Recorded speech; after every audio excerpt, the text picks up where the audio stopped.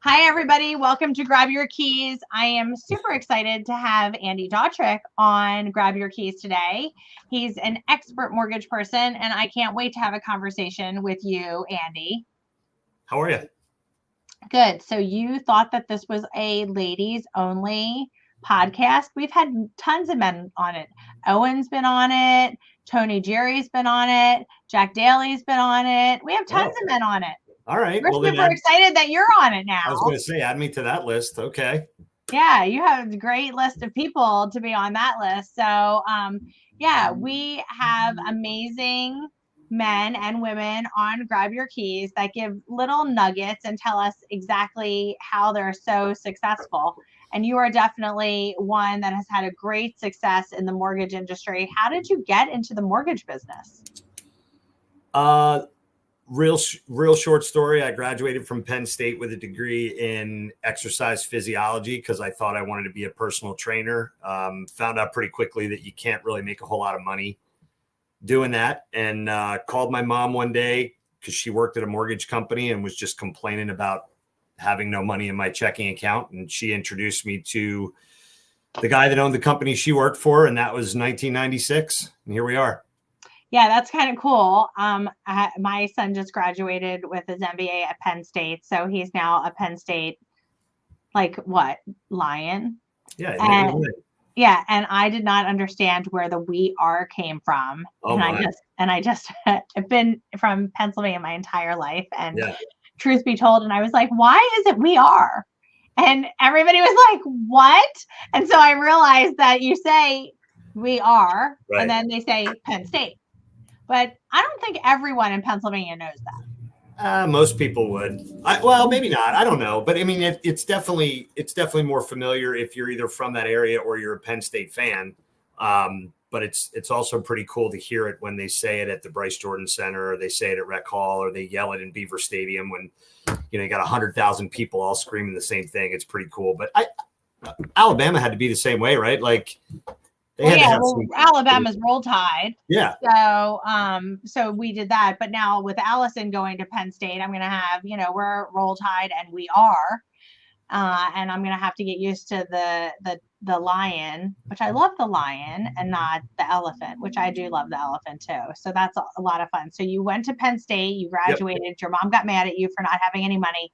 You got into the mortgage business. Mm-hmm. It sounds like a normal, traditional way of being in your 20s. Yeah, especially at the graduation time that we're at right now. Correct. Yeah, it was an easier time to get into the business back then, and because you were in it, you took handwritten applications. There were no cell phones, no, social media, so it was first to the office, first on the phones. The biggest technological leap that I took in my first year there was I got a pager. Wow. So I felt important that I had a pager. Yeah, it felt important. So with regards to technology of taking like the handwritten applications at somebody's house, and now full speed ahead, 30 years later, 20 to 30 years later, we're doing everything online. We're trying to develop that relationship. How do you see technology has been a benefit or a detriment over the last couple of decades in the mortgage industry for you? It's funny. I was actually just having this conversation with myself yesterday. I was doing a trail run, and it's usually where I do my best thinking because there's nothing else to do. And I thought about conversations that I've had over the last, let's just say 4 years since I came to Centennial Lending, versus conversations that I had prior. And, if you spend an hour with somebody, you spent 90% of that time explaining how you were going to get them approved, right? And how you did things. And now I feel like we spend 90% of our time explaining to our potential clients why we do things the way we do, because technology is continuing to perpetuate this instant gratification where a lot of people are under the impression that applying for a mortgage is just like going and ordering fast food, and that it should be that simple. And it really can be because of the technology we have, but that doesn't mean we don't have to slow down and still be thorough in the beginning. Right. I don't know if I'm answering your question or not, but No, you totally are. And why is it so important to slow down in the beginning? Because everybody does think getting a mortgage is really easy. And I think that that's something that we need to talk about. It is easy, but at the same time, there's no two mortgages that are alike. Everybody thinks, 30-year fixed, what basic interest rate, there is no such thing. I mean, you have to do loan level pricing adjustments, and you have to validate their income, and you have to look at their assets. And there's like 100 things that can go wrong from start to finish. Why is it so important to use that expert who has that knowledge to help them through the way? Because you're not just ordering a Big Mac and fries. I think slowing down does two things. First of all, most loan originators, and I'm not saying most loan originators, in the less experienced loan originators, the loan originators that aren't properly trained, the loan originators that don't have access to the great resources like we do, right? They tend to ask very transactional questions, and I'm using a word that Dale Vermillion uses all the time. Right. But when we slow down and we ask questions that have nothing to do with income and nothing to do with their mortgage and nothing to do with what they think they're calling about, more often than not, I'll get the response from people at some point and says, nobody's ever asked me that before. And we're a half an hour into the conversation and we haven't even talked about a loan yet. And so I think you create that trust, which is the second reason why I think it's important to just pump the brakes a little bit. Nobody needs an answer in 5 minutes. Nobody's putting an offer in on a house in 15 minutes. And if they are, they screwed up 6 months ago when they didn't start the approval process. Right. But slowing down, I think it humanizes us. It puts us in a position to ask questions that are very relevant during this important decision they're making. And it creates that trust, right? And like I said, the more I do this and the more we have these training sessions and the more I kind of tweak my presentation to borrowers, I feel like we do things differently because we do slow down and ask questions that are relevant. Yeah, that is super true. What do you feel your 3 keys to success are? Oh my God. Yeah, big question. Yeah. Okay. So I know there's lots of keys to success that you have. You're going to pick 3. Yeah. You're talking about my personal success, like me not recommending to somebody, hey, this is what I think you should do. No, your personal ones. For me, I can tell you that one of the things that I think keeps me grounded and keeps me in this business every single day is that I do not measure my success based on my paycheck. I don't measure my success based on my loan volume. Even though I know data is very important and I use it, I don't set standards from a monetary standpoint. I am very much driven by my personal happiness and my ability to make other people happy. And if you've seen my disc profile, my eye is off the chart. Yep. I need that approval. I need people to feel needed.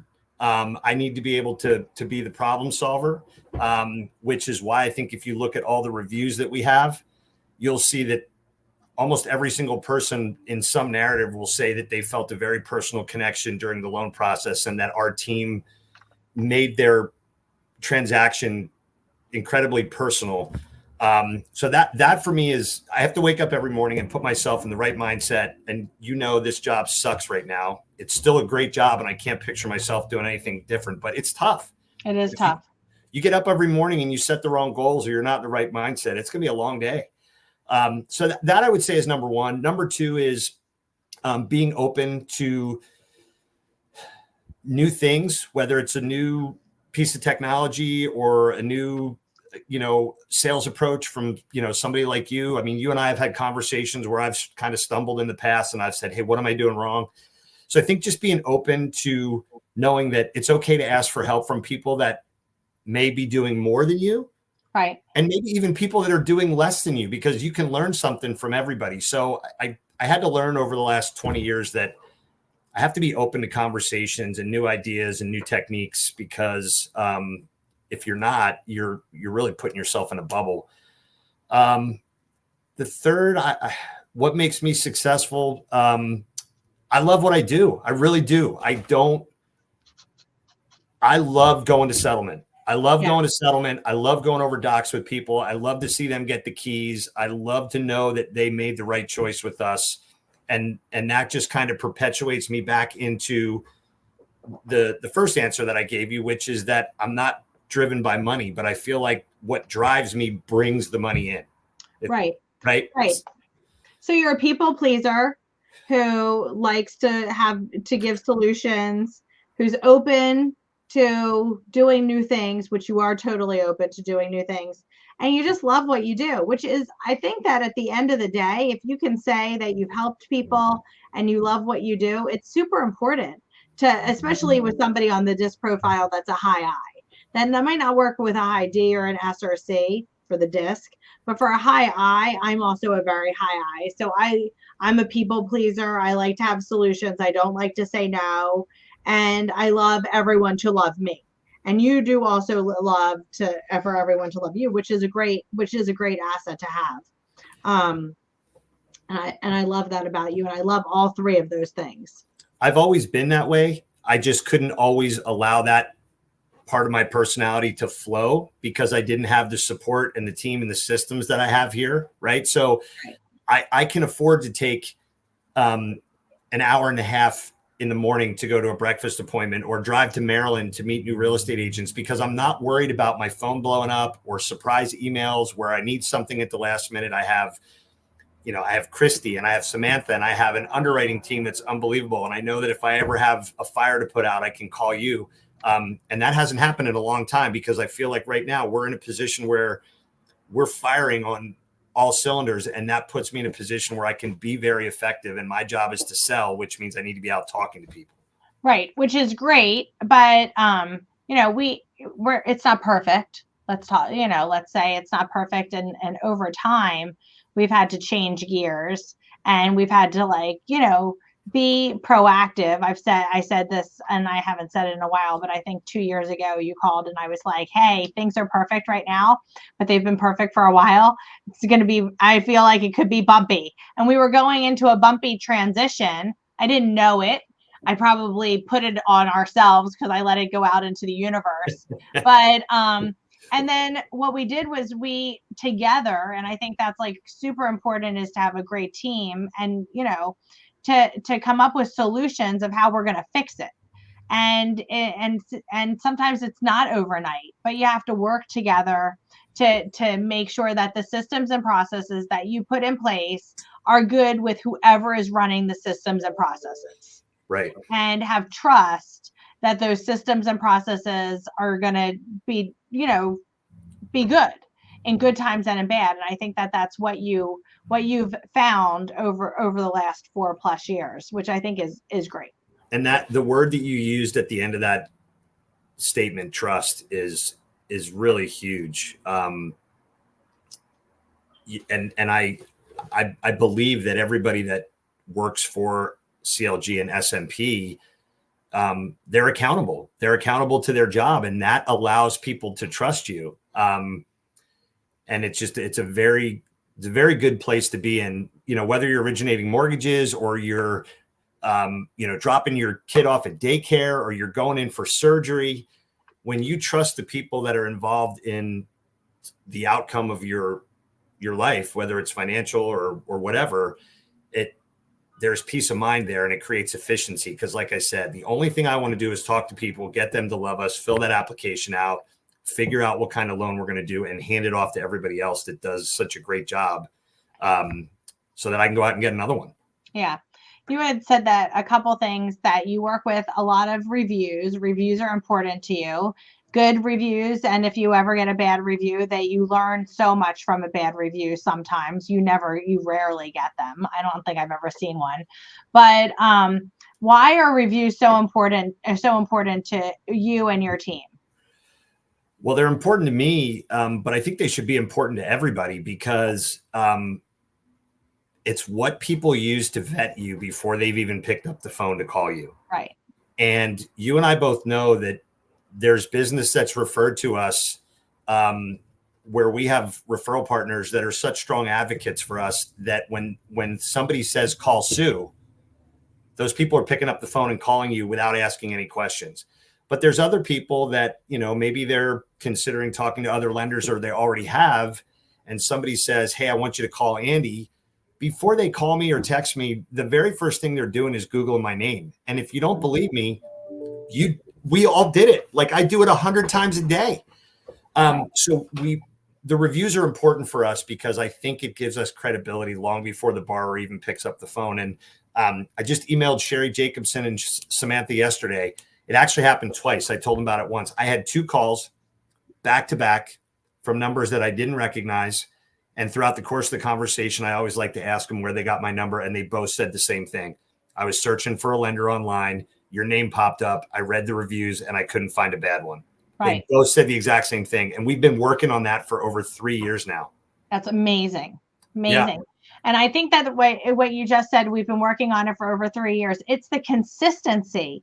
I mean, I'm a fast gratification. I'm instant gratification girl, but in mortgages, you cannot be instant gratification. For social media or the reviews or anything, it's the tried and true. It's the golf game. It's the consistency. It's the consistency. It's the consistency.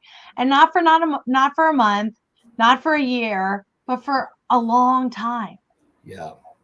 Yeah. It does. It takes a while. Setting up any process for collecting reviews, it's going to take some time, but I'm so thankful that we have experience.com and that we built that Google page, because I truly think anybody right now that would Google my name that listens to your podcast, I think you're going to have a hard time scrolling down far enough to find anything that says that we didn't do anything but the very best for every single one of our clients. And I will say this too. We're very selective with who we work with.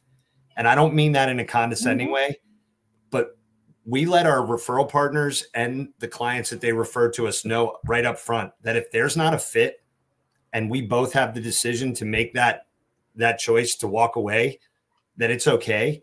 And we're just we don't work with clients that are unpleasant. We don't work with clients that are shopping us against other lenders and trying to play games. And we don't work with referral partners typically by their choice and our choice where we don't see a mutual benefit. And so I think that also makes it very pleasant because we're agreeing to work together by choice. It's not a force. Yeah, for sure. I love that. Who does Andy admire? Ooh.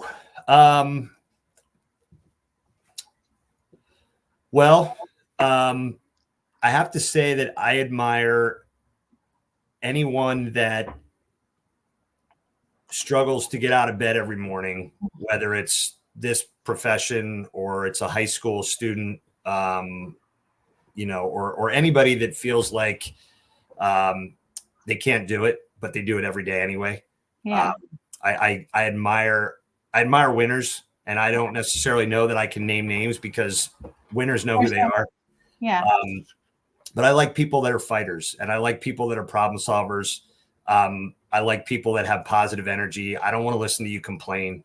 So I don't care if you're a minimum wage worker at a franchise job. If you've got a great attitude and you're trying to do the best you can for your family and yourself, you're my people. Yeah.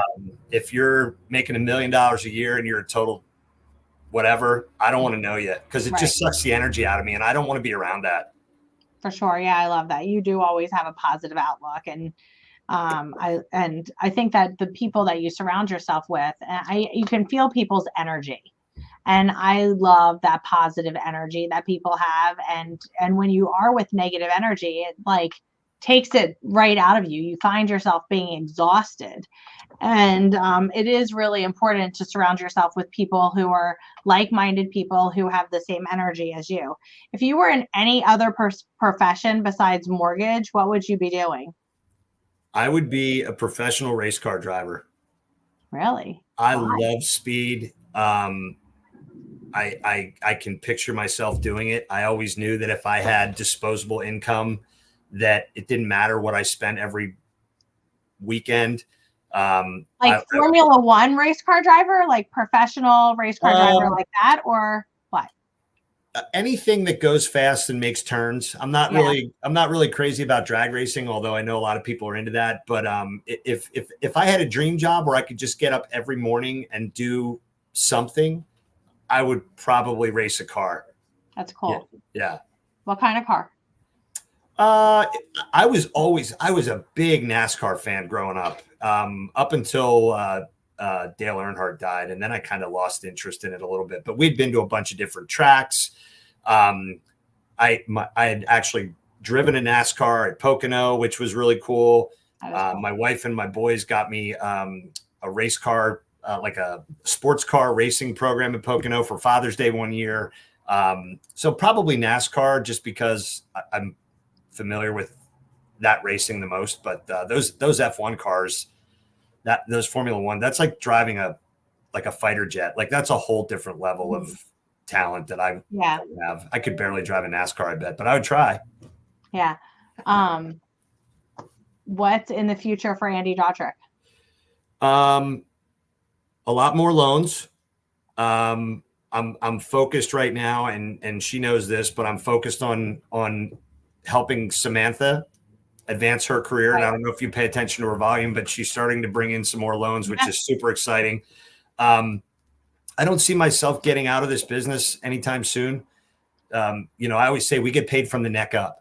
And, so if I'm 65 and I can still relate to my clients and they want my expertise, I can't imagine that I'm not going to be 15 years better at this when I'm 65.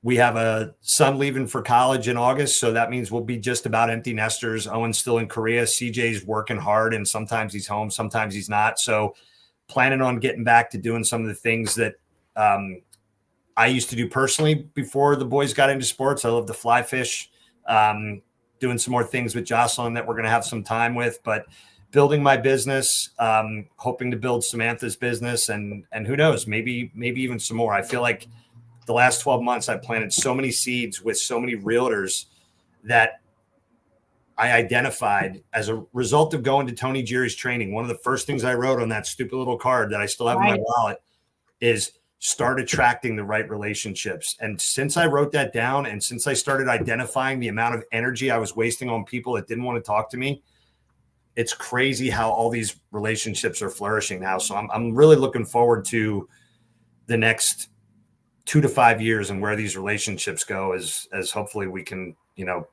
survive and thrive, so to speak. Yeah. Well, I'm super excited that we got a chance to chat today. I've loved working with you over the 4+ years that we've worked together. You definitely have bring something fabulous to our family here at CLG. And I love that you're a part of our team. And that just makes me so happy that I can call you anytime, and you make my day happier every single day that we chat, because you are a positive influence on so many different people. So I thank you for that. Well, and I thank you. I told you this before. You changed my life, and wouldn't happen if I wouldn't have picked up that phone the first time that recruiter called. But I also know that had I not made that move and still where I was, it wouldn't be the same. Wouldn't be the same me right now. Right. Well, we love the you that you are. So thank you so much for being who you are. And everyone, definitely share and comment on how you've enjoyed Grab Your Keys. Share it with your friends, like it with everyone. We look forward to seeing you next time on Grab Your Keys. Thanks, Sue. Bye. Thanks.